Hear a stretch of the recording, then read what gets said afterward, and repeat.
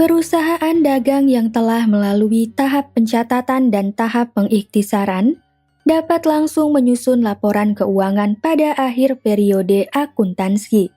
Namun, untuk memudahkan perusahaan dagang dalam menyusun laporan keuangan, seluruh informasi untuk menyusun laporan keuangan dapat diringkas dalam kertas kerja.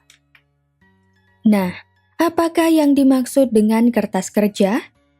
Bagaimanakah penyusunan kertas kerja pada perusahaan dagang? Supaya bisa memahaminya, mari kita simak pembahasan berikut ini. Setelah menyusun laporan penyesuaian, perusahaan dagang dapat langsung menyusun laporan keuangan pada akhir periode akuntansi. Namun, pada umumnya, perusahaan dagang akan meringkas data keuangan pada kertas kerja terlebih dahulu untuk memudahkan perusahaan dalam menyusun laporan keuangan. Pengertian kertas kerja. Kertas kerja atau worksheet atau neraca lajur adalah media pencatatan yang berisi seluruh data keuangan perusahaan pada satu periode akuntansi tertentu yang digunakan untuk mempermudah penyusunan laporan keuangan pada periode tersebut. Meskipun tidak termasuk siklus akuntansi, penyusunan kertas kerja dapat memudahkan perusahaan dalam menyusun laporan keuangan. Tujuan penyusunan kertas kerja. Tujuan penyusunan kertas kerja pada perusahaan dagang sama seperti tujuan penyusunan kertas kerja pada perusahaan jasa. Berikut adalah 2 tujuan dari penyusunan kertas kerja pada perusahaan dagang. Pertama, membantu penyusunan laporan keuangan. Dengan menyusun kertas kerja, perusahaan bisa mengetahui seluruh catatan keuangan dalam satu tabel, sehingga tidak perlu melihat beberapa catatan keuangan secara terpisah. Hal ini akan mempermudah perusahaan dalam menyusun laporan keuangan, sehingga penyusunan laporan keuangan bisa lebih efisien. Kedua, meringkas informasi dari neraca saldo dan data-data penyesuaian, sehingga siap disusun dalam laporan keuangan formal. Kertas kerja merangkum informasi dari neraca saldo maupun data-data penyesuaian yang nantinya akan digunakan untuk menyusun laporan keuangan. Selain itu, pada kertas kerja juga terdapat kolom laba rugi dan neraca yang menunjukkan keuntungan atau kerugian perusahaan sebelum laporan keuangan formal disusun. Bentuk kertas kerja.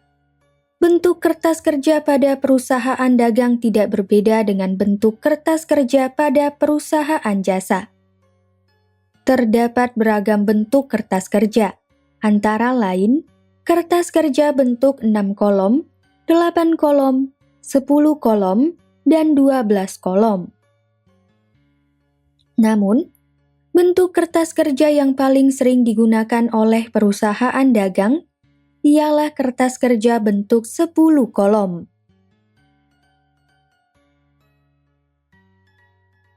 Kertas kerja 10 kolom adalah bentuk kertas kerja yang paling sering digunakan, baik oleh perusahaan jasa maupun perusahaan dagang. Alasannya adalah informasi pada kertas kerja ini cukup lengkap dibandingkan kertas kerja 8 atau 6 kolom dan lebih ringkas dibandingkan kertas kerja 12 kolom. Penyusunan kertas kerja. Langkah-langkah penyusunan kertas kerja pada perusahaan dagang tidak jauh berbeda dengan penyusunan kertas kerja pada perusahaan jasa. Perbedaannya terletak pada pemilihan metode dalam menyusun jurnal penyesuaian. Pada perusahaan jasa, hanya ada satu metode dalam penyusunan jurnal penyesuaian, sehingga hanya ada satu kertas kerja yang dapat disusun.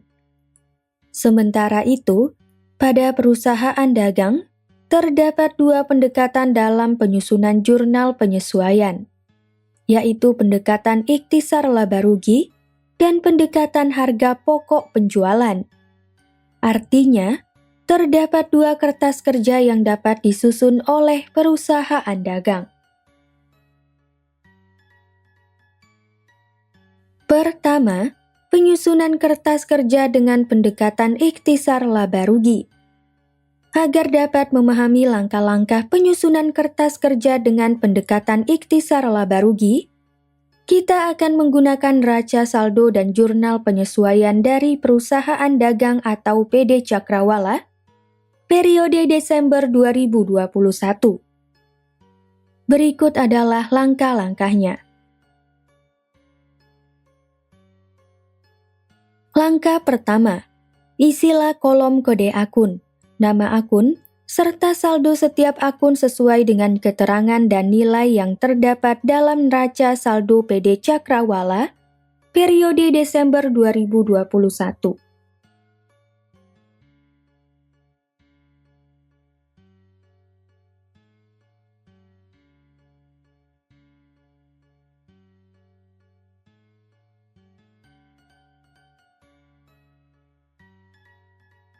Langkah kedua, isilah kolom penyesuaian dengan jurnal penyesuaian yang telah dibuat sebelumnya. Akun tambahan yang muncul akibat jurnal penyesuaian diletakkan di bawah akun-akun neraca saldo. Ketika mengisi saldo penyesuaian, perhatikan kolom debit dan kreditnya. Berikut adalah jurnal penyesuaian PD Cakrawala per 31 Desember 2021.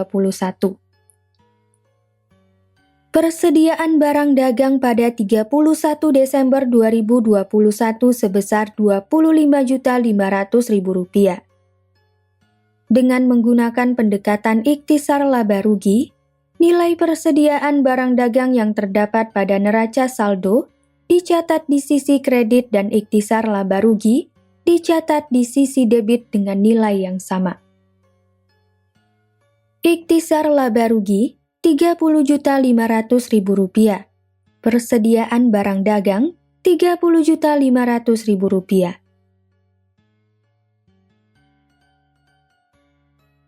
Sementara itu, persediaan barang dagang pada 31 Desember 2021 merupakan persediaan barang dagang akhir.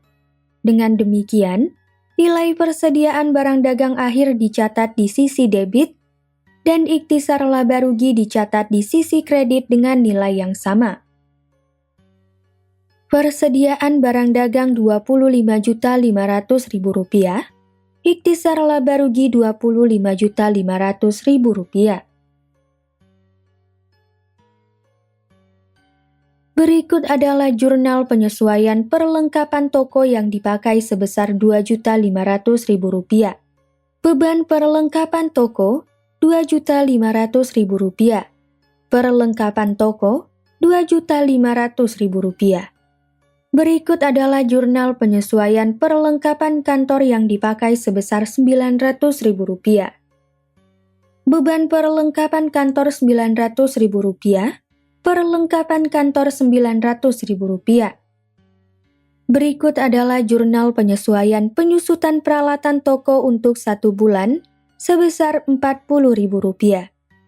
Beban penyusutan peralatan toko Rp40.000. Akumulasi penyusutan peralatan toko Rp40.000. Berikut adalah jurnal penyesuaian penyusutan peralatan kantor untuk 1 bulan sebesar Rp34.000. Beban penyusutan peralatan kantor Rp34.000.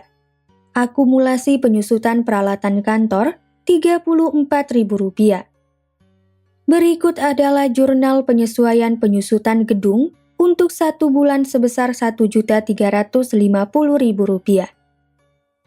Beban penyusutan gedung Rp1.350.000. Akumulasi penyusutan gedung Rp1.350.000. Berikut adalah jurnal penyesuaian penyusutan kendaraan untuk 1 bulan sebesar Rp1.170.000. Beban penyusutan kendaraan Rp1.170.000. Akumulasi penyusutan kendaraan Rp1.170.000. Berikut adalah jurnal penyesuaian gaji pegawai terutang sebesar Rp2 juta. Beban gaji Rp2 juta, utang gaji Rp2 juta. Berikut adalah jurnal penyesuaian nilai asuransi yang masih tersisa sebesar Rp5.500.000. Asuransi dibayar di muka Rp5.500.000. Beban asuransi Rp5.500.000.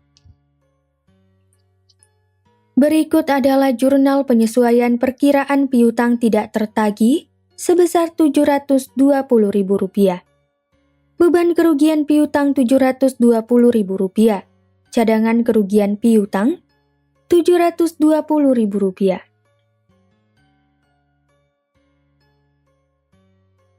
Setelah itu, masukkan akun-akun yang terdapat pada jurnal penyesuaian ke kolom penyesuaian. Untuk akun persediaan barang dagang, nilai dari sisi debit dan kredit tidak perlu diselisihkan. Namun, angka yang nantinya dipindahkan pada kolom neraca saldo disesuaikan hanya angka yang terdapat di sisi debitnya. Sementara itu, untuk akun laba rugi, nilai dari sisi debit dan kredit tidak perlu diselisihkan, tetapi nilainya tetap ditulis. Langkah ketiga, isilah kolom neraca saldo disesuaikan dengan menambah atau mengurangi saldo pada neraca saldo dengan saldo penyesuaian. Jika saldo pada kolom neraca saldo dan saldo pada kolom penyesuaian sejenis, misalnya sama-sama debit atau sama-sama kredit, kolom neraca saldo disesuaikan diisi dengan hasil penjumlahan kedua saldo tersebut. Jika berbeda, kolom neraca saldo disesuaikan diisi dengan selisih dari kedua saldo tersebut.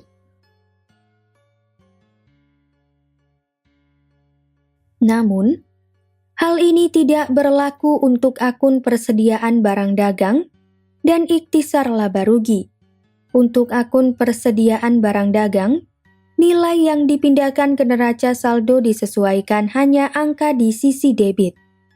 Sedangkan angka di sisi kredit tidak perlu dipindahkan. Sementara itu, untuk akun ikhtisar laba rugi, nilai di kolom debit maupun kredit pada kolom penyesuaian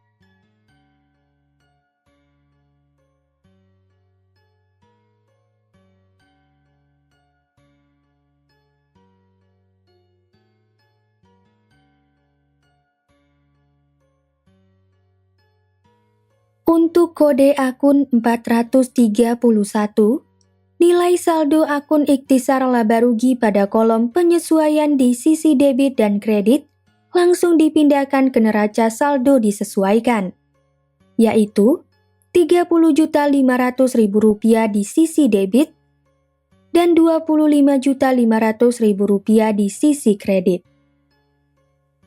Untuk akun lain yang hanya memiliki saldo pada kolom neraca saldo atau kolom penyesuaian, nilainya langsung dipindahkan ke kolom neraca saldo disesuaikan sesuai dengan posisi debit dan kreditnya.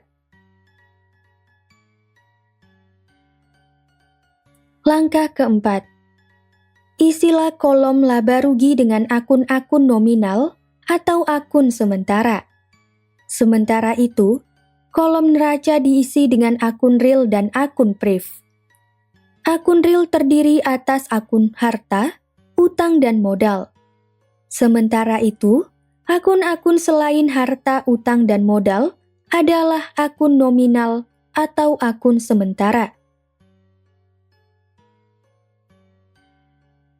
Akun priv adalah akun sementara yang tidak dicatat pada kolom laba rugi, tetapi dicatat pada kolom neraca.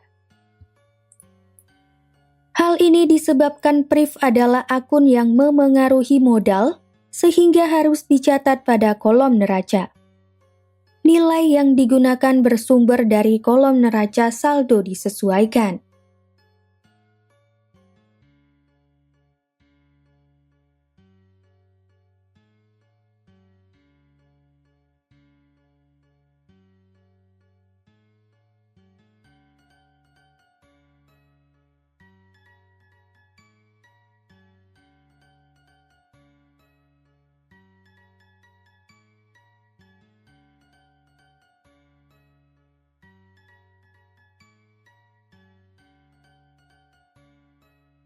Untuk menentukan saldo laba atau rugi, bandingkan jumlah nilai pada kolom debit dan kolom kredit pada kolom laba rugi.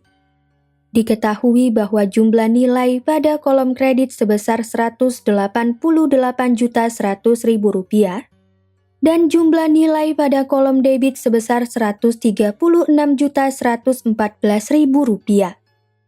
Dengan demikian, selisih kolom debit dengan kolom kredit ialah Rp51.986.000. Karena nilai kolom kredit lebih besar dibandingkan kolom debit, nilai selisihnya adalah laba PD Cakrawala pada Desember 2021. Saldo laba kemudian dicatat pada kolom debit agar neraca seimbang. Sama seperti pada kolom laba rugi, jumlah nilai pada kolom debit dan kredit pada kolom neraca juga tidak seimbang. Jika dilihat, selisih antara dua kolom tersebut juga sama dengan selisih pada kolom laba rugi, yaitu Rp51.986.000. Apabila selisih antara kolom debit dan kolom kredit pada kolom laba rugi dan neraca memiliki nilai yang sama, penyusunan kertas kerja sudah dilakukan dengan benar. Namun, apabila selisihnya tidak seimbang, terdapat kesalahan dalam penyusunan kertas kerja. Kedua, penyusunan kertas kerja dengan pendekatan harga pokok penjualan. Langkah-langkah penyusunan kertas kerja dengan pendekatan harga pokok penjualan atau HPP tidak berbeda dengan penyusunan kertas kerja dengan metode ikhtisar laba rugi. Namun, yang membedakan hanya komponen yang terdapat pada jurnal penyesuaian bagian persediaan barang dagang. Berikut adalah jurnal penyesuaian PD Cakrawala periode Desember 2021 dengan pendekatan harga pokok penjualan. Persediaan barang dagang pada 31 Desember 2021 sebesar Rp25.500.000. Dengan menggunakan pendekatan harga pokok penjualan, nilai persediaan barang dagang yang terdapat pada neraca saldo dicatat di sisi kredit dan harga pokok penjualan dicatat di sisi debit dengan nilai yang sama. Harga pokok penjualan Rp30.500.000. Persediaan barang dagang Rp30.500.000. Sementara itu, persediaan barang dagang pada 31 Desember 2021 adalah persediaan barang dagang akhir. Dengan demikian, nilai persediaan barang dagang akhir dicatat di sisi debit dan harga pokok penjualan dicatat di sisi kredit dengan nilai yang sama. Persediaan barang dagang Rp25.500.000. Harga pokok penjualan Rp25.500.000.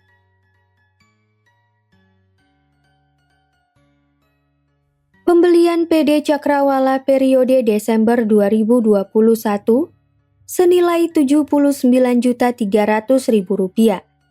Pembelian dicatat di sisi kredit dan harga pokok penjualan dicatat di sisi debit. Harga pokok penjualan Rp79.300.000. Pembelian Rp79.300.000. Beban angkut pembelian PD Cakrawala periode Desember 2021 sebesar Rp4.200.000. Beban angkut pembelian dicatat di sisi kredit dan harga pokok penjualan dicatat di sisi debit. Harga pokok penjualan Rp4.200.000. Beban angkut pembelian Rp4.200.000.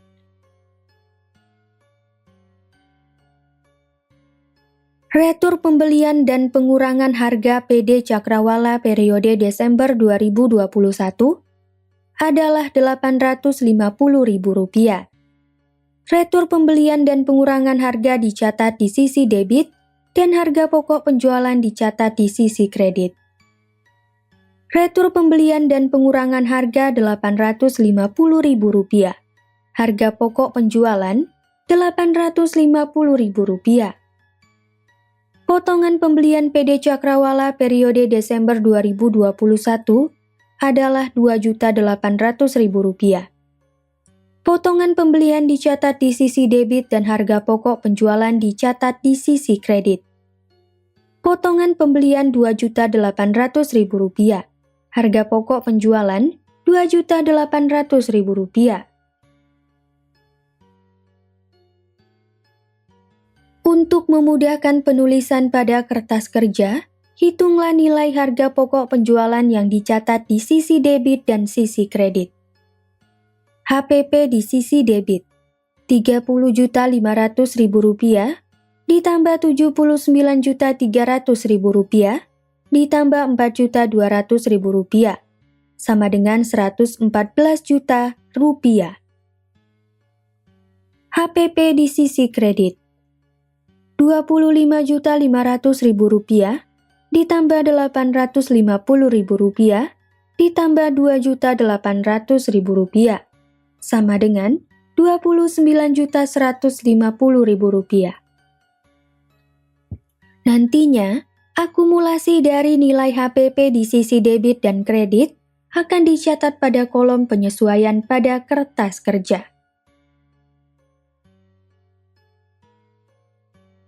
Berikut adalah jurnal penyesuaian perlengkapan toko yang dipakai sebesar Rp2.500.000.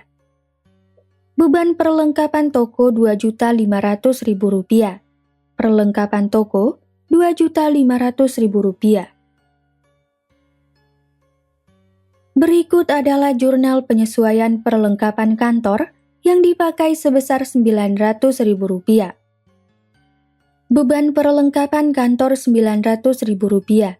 Perlengkapan kantor Rp900.000.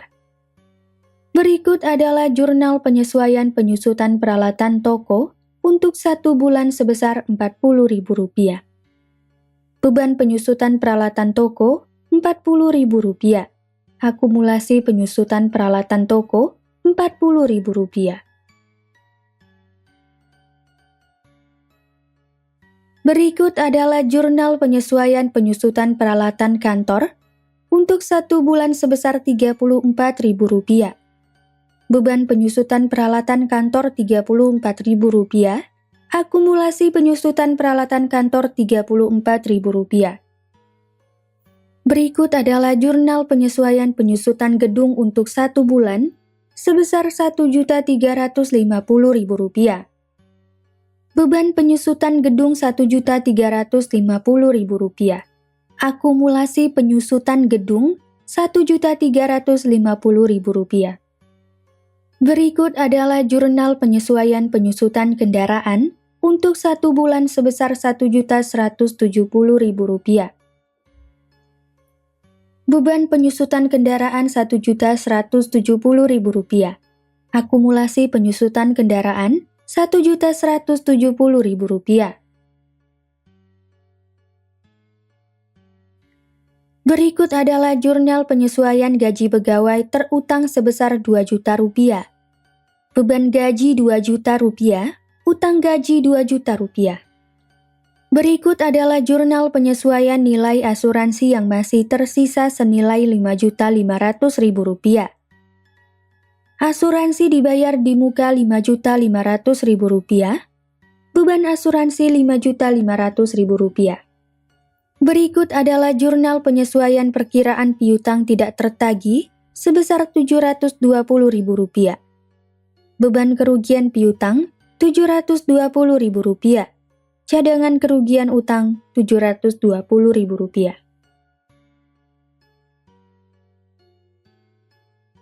Setelah itu, masukkan akun-akun yang terdapat pada jurnal penyesuaian ke kolom penyesuaian. Hal yang membedakan antara penyusunan kolom penyesuaian dengan pendekatan harga pokok penjualan dan pendekatan ikhtisar laba rugi terletak pada akun pembelian, potongan pembelian, retur pembelian, dan pengurangan harga, serta beban angkut pembelian. Selain itu, akun ikhtisar laba rugi diganti dengan akun harga pokok penyesuaian. Langkah selanjutnya sama seperti pada pendekatan ikhtisar laba rugi. Namun, pada pendekatan ikhtisar laba rugi, saldo di sisi debit dan kredit pada akun ikhtisar laba rugi dituliskan langsung pada neraca disesuaikan. Sementara itu, pada pendekatan harga pokok penjualan, saldo debit dan kredit pada akun harga pokok penjualan harus dikurangi. Setelah itu, selisihnya yaitu Rp84.850.000 akan dicatat di sisi debit kolom neraca saldo disesuaikan.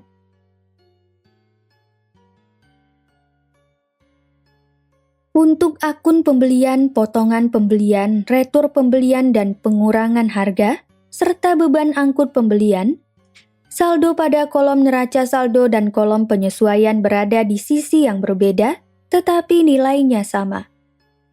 Dengan demikian, pada kolom neraca saldo, nilai akun-akun tersebut disesuaikan sehingga saldonya habis atau nol.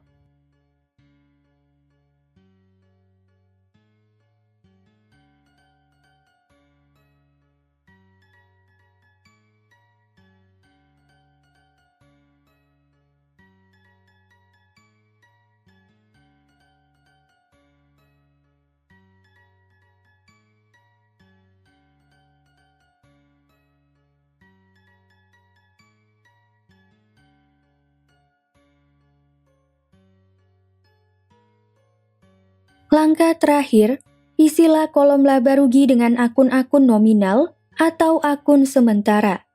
Kolom neraca diisi dengan akun real dan akun pref. Sedangkan akun harga pokok penyesuaian dimasukkan pada kolom laba rugi.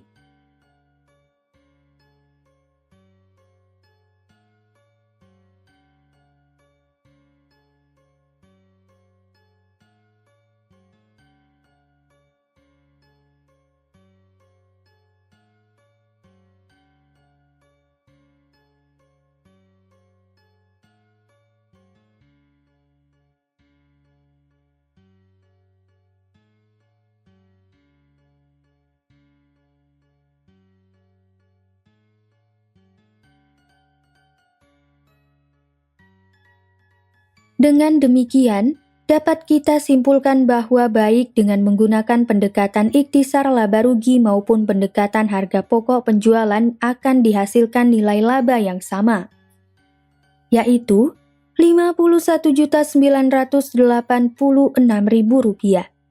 Namun, perbedaannya hanya terletak pada komponen penyusun jurnal penyesuaian dan nilai sisi debit maupun kredit pada kolom laba rugi. Kesimpulan: kertas kerja adalah media pencatatan yang berisi seluruh data keuangan perusahaan pada satu periode akuntansi tertentu, yang digunakan untuk mempermudah penyusunan laporan keuangan pada periode tersebut. Penyusunan kertas kerja memiliki dua tujuan utama sebagai berikut: membantu penyusunan laporan keuangan, meringkas informasi dari neraca saldo dan data-data penyesuaian sebelum disusun ke dalam laporan keuangan yang formal. 4 langkah dalam penyusunan kertas kerja atau 10 kolom ialah sebagai berikut. Isilah kolom kode akun, nama akun, serta saldo setiap akun sesuai dengan keterangan dan nilai yang terdapat dalam buku besar ke kolom neraca saldo. Isilah kolom penyesuaian dengan jurnal penyesuaian yang telah dibuat sebelumnya. Isilah kolom neraca saldo disesuaikan dengan menambah atau mengurangi saldo pada neraca saldo dengan saldo penyesuaian. Isilah kolom laba rugi dengan akun-akun nominal atau akun sementara. Sementara itu, kolom neraca diisi dengan akun-akun real atau akun tetap.